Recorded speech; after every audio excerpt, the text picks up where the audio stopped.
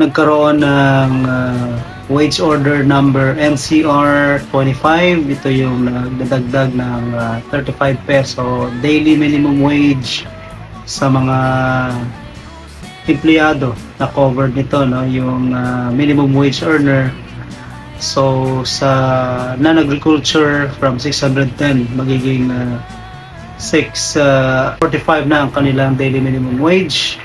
At ang mga nasa agriculture naman, retail service establishment employing 15 or less, at saka sa mga manufacturing employing less than 10, 573 plus 35, then magiging 608 ang kanilang daily minimum wage. Take note, this is for normal working hours which will not exceed 8 hours. Explain ko sa video yung implication ng normal working